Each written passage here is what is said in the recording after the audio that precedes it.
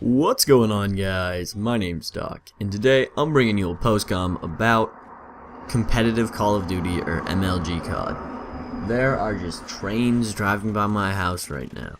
I actually had a clipcom done on this, but the audio file got corrupted, so I it sucks so bad, but there's really nothing I can do.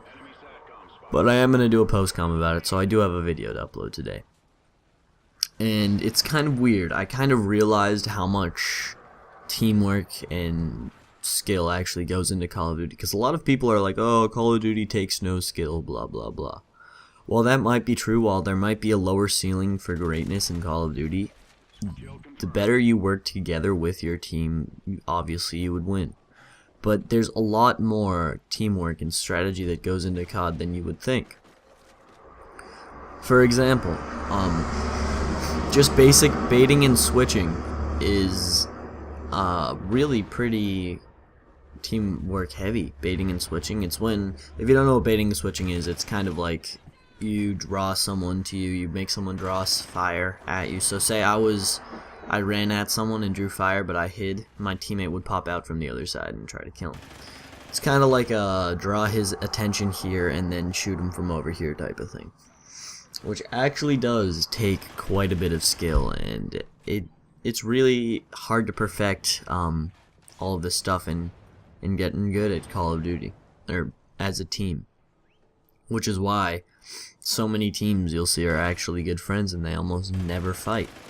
They'll argue, sure, but arguing is to try to improve the team.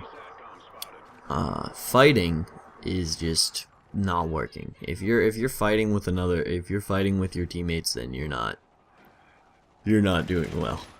Which is why the successful teams, Evil Geniuses, Optic, Envy, just pretty much top 3 teams. If you watch their streams, how frequently do they argue? Think about it. Optic never argues, to an extent, or fights. They argue, Clayster and Nadeshot go at it all the time.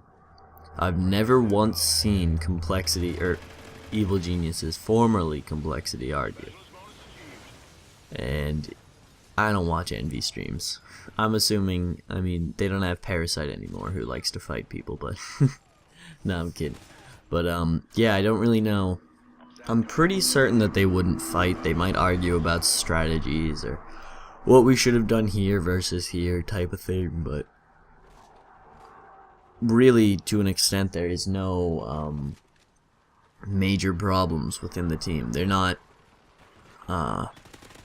yelling at each other, and that happened with the old Curse LV team in the early beginnings of Ghost with Killa and Parasite. It was formerly Farico Impact. It was Killa, Parasite, and Miracles, and I think Ricky was on that team. But I'm pretty sure that wasn't the old Farico. I feel like Farico had... Did Farico have Embos or Nameless? Or was that I don't know. Just ignore what I'm saying.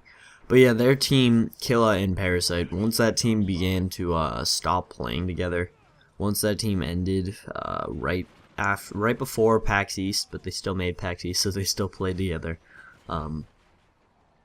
They all got new teams. They went their separate way. Of course, Parasite went to FaZe, and then I think to Envy after that. And Killa, Miracles, and Ricky all went to Optic Nation with Embos, which is pretty cool. Now Embos has most of Farico and their search gods. So yeah, what I'm trying to say though is the reason that all the successful teams do well is the fact that they communicate and they are pretty synchronized and they listen to each other and they know what's gonna happen. They know what to do. So I'm just using Optic as an example because everyone pretty much to an extent knows Optic because they're just the best known brand in competitive Call of Duty. Aside from like little arguments between Scump and Clayster and Nadeshot and Proofy, they're not arguments, they're saying we should have done this here, I believe that this doesn't work type of thing. How frequently do you hear them just yelling at each other, calling each other stupid type of thing? They seem to all be pretty good friends. They pretty much all live in the same house. Nadeshot and Proofy live in the Optic House. Scumpy used to live in the Optic House, and Clayster wants to move into the Optic House. Which I actually know that from an article that was released by SportsCenter, which is actually a pretty cool article. Go read it if you haven't. But yeah, it kind of opened my eyes to what competitive Call of Duty is, because I used to only look at just the top slayers, the people that just got the most kills or did the best.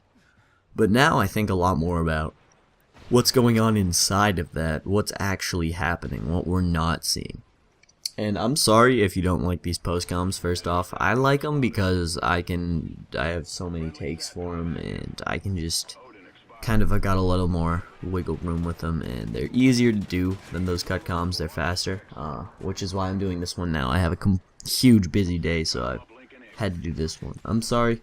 I wish the cut comm went up, but thanks for watching. My name's been Doc. Make sure you like, comment, and subscribe if you enjoy.